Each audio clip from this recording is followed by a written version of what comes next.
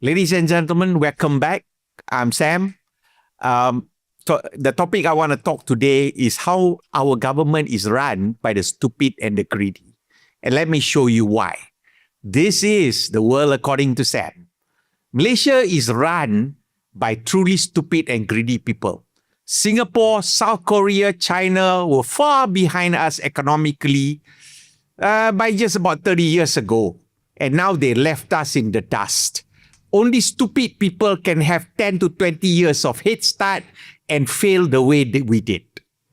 Smart people can do things smartly, but can still be greedy. But smart, greedy people are difficult to spot. But stupid, greedy people are so much easier to spot. I just give you one simple example.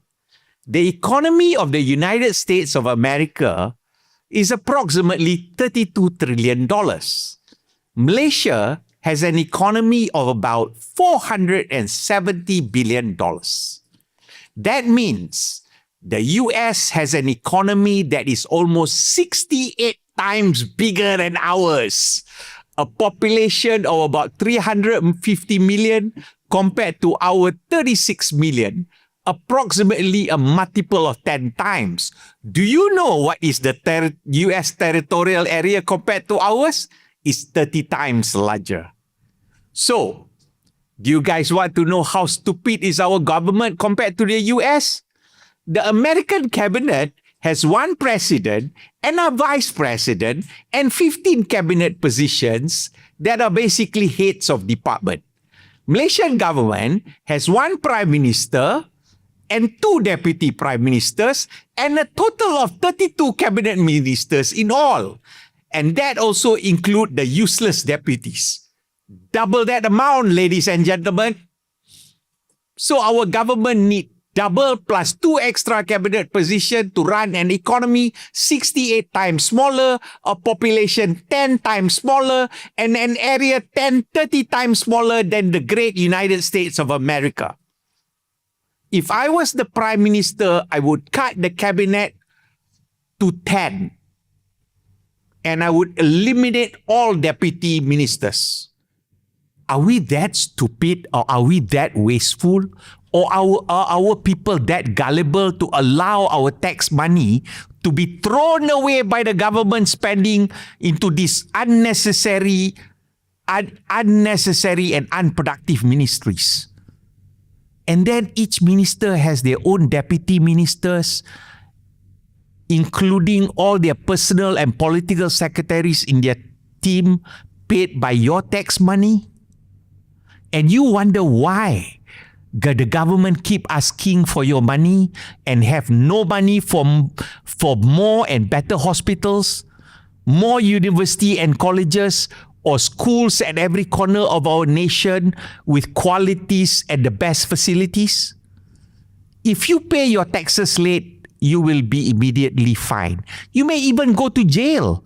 And yet the government has the audacity to take 4 years to pay back your overpaid taxes. Let me conclude to you on how many useless ministries exist in our government just from the top of my head that I can make vanish without much thought. I give you one, the Ministry of Unity. For what? The people are fine. The politicians are the cause of our disunity. Just get rid of all of them. Second, law and institutional reform. What has it reformed? The parliament is where laws are formed and reforms are done. The PM can issue orders for procedures to be done away with. This is an absolute redundant ministry that can be gotten rid of. Third, the religious affairs. These are state matters under the sultans. Get religion out of government, period. Leave the people alone with their religion. Four, Sabah and Sarawak affairs. Why? Why, for God's sake? They have their own premier, they have their own chief minister.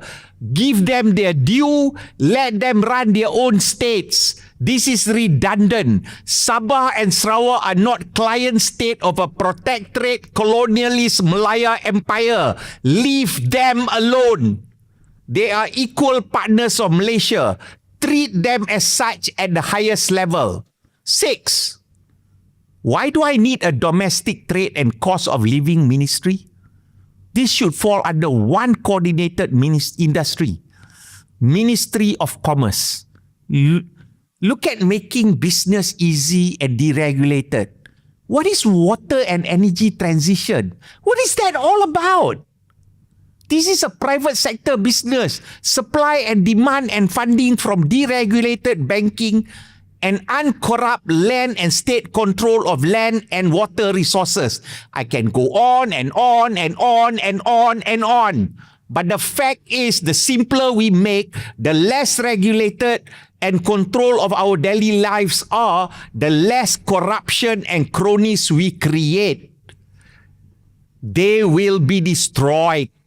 Rent-seeking will evaporate. Normal people will be able to get easy funding from deregulated and free enterprise financial institution for SMEs and micro business at each corner of the nation.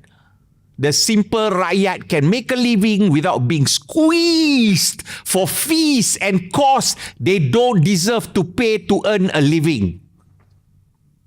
Cronies and people with political power cannot command their rent-seeking teeth and free money.